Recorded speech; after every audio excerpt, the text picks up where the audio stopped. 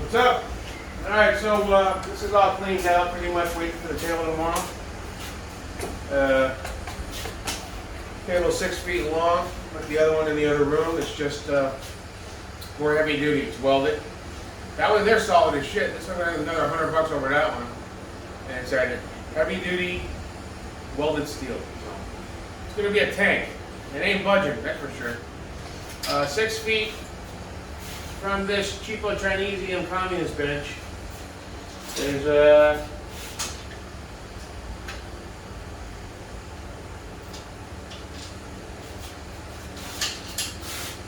just about here. So that's 6. I'm gonna back it up, and then there would be a bit of a buffer in between the two, probably. Just a hair, just to be able to fit whatever power cords or whatever. So we're looking at an end stop right about here where the flex on the board graffiti shit is. The green pegboard that's on the way is 48 inches wide by 36 tall, I think. So basically in between the flex on the board graffiti and this X will be the pegboard with all the different tools hanging on it. I may look into getting one of those pre-drilled magnetic strips. You can drill into the concrete. You can hang other wrenches just like right on the magnets. Maybe that's an option. Don't forget, this is part of the same series that works with the ones in the gun room. So everything on wheels in the gun room can be just wheeled out here and just fits right under it. So it's I'll have options. And I think it's a long time coming, man. This bench has served me well for the $100 whatever I spent 4 years ago. 3 years ago, whatever it was. No, it hasn't been that long. August 2020, yeah, 2 years ago. Well, no, I've had the bench longer than the gun stuff, that's right, yeah. So, anyway, it's just, it's shaky, it's cheap.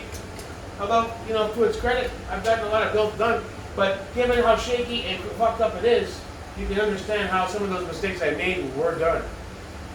It's not a stable platform. You just touch it and the thing wobbles. On top of that, the lace block I was using was rickety. Lots of factors that just weren't aware to me at the time when I was first learning. And now that I'm aware of them, I can take action to correct that. So, stoked. Table's gonna rock. Pegboard over here. Do some more cleaning and organizing and get all this all resorted. And we should have a nice little garage type, gunsmith type thing going on. In the heat of the summer, it gets too hot, you just go into the gun room and do it in there. Sun goes down, come back out, do your staking, do your torquing, whatever you're gonna do. Best of both worlds. If I want to bring some of the stuff on wheels with all the tools, I can just wheel it on the fuck out, put it under the table. In and out, easy peasy. I think it'll be good. The Yoast Vice shows up April 7th or so, a week later. That'll be mounted on the far corner over here, I think.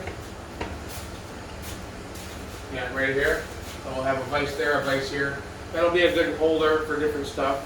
Anything that requires any real torque, obviously, will be done on the big Husky. And then we'll move forward from there. It's a long time coming. Time for a real good solid bench out here. Originally when I bought that one for the gun room, I wasn't sure if I was going out here or in there, and I decided to make it a gun bench in there. But I think having a second one out here makes a lot of sense. And it'll be completely clean. It'll be stacked with stuff and tools for the most part.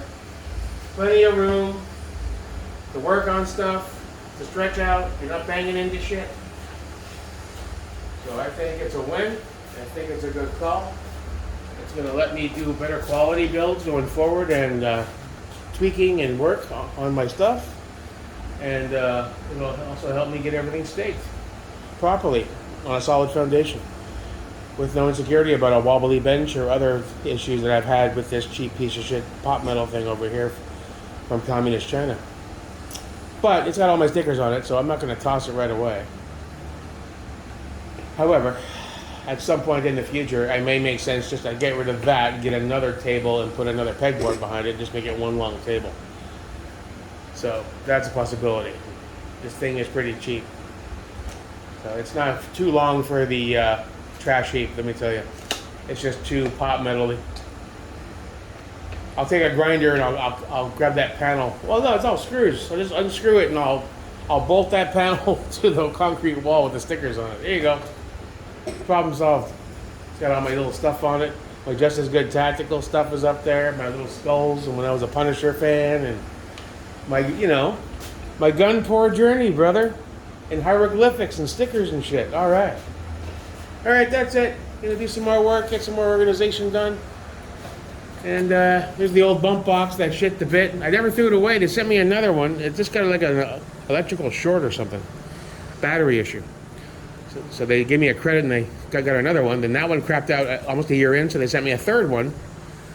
I paid like $200 towards it. So I have the graffiti one in the DJ room and I got this one. I'm hoping my cousin, when he comes down, he can repair that one and probably give it to one of his boys. To the boys. And the other one in there is still fully functional. I'm probably going to sell that. I don't use it. It's worth $500. It's all done up like New York graffiti, like DJ shit. And let's face it, the DJ thing is pretty much over for me. I've moved on. So, that's about it. We'll check out the table when it arrives tomorrow. That holster is awesome.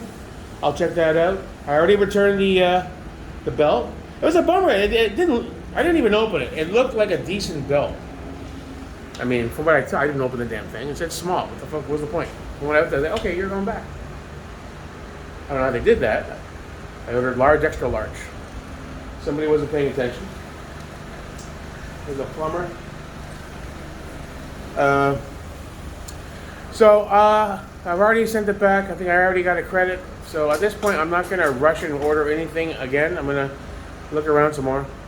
The reason I like to order something off of Amazon for the first belt is because the return policy is effortless. You order from a third-party company, like the Blue Alphas of the world or the CD groups or all the other ones. They're private entities. They have back orders. You're waiting weeks for it to ship. When it does finally arrive, if you have issues with fitment, then you have to get a hold of them and send emails and make phone calls. So I kind of wanted to get my first belt experience out of the way with the ability to send it back very easily, which, look what happened.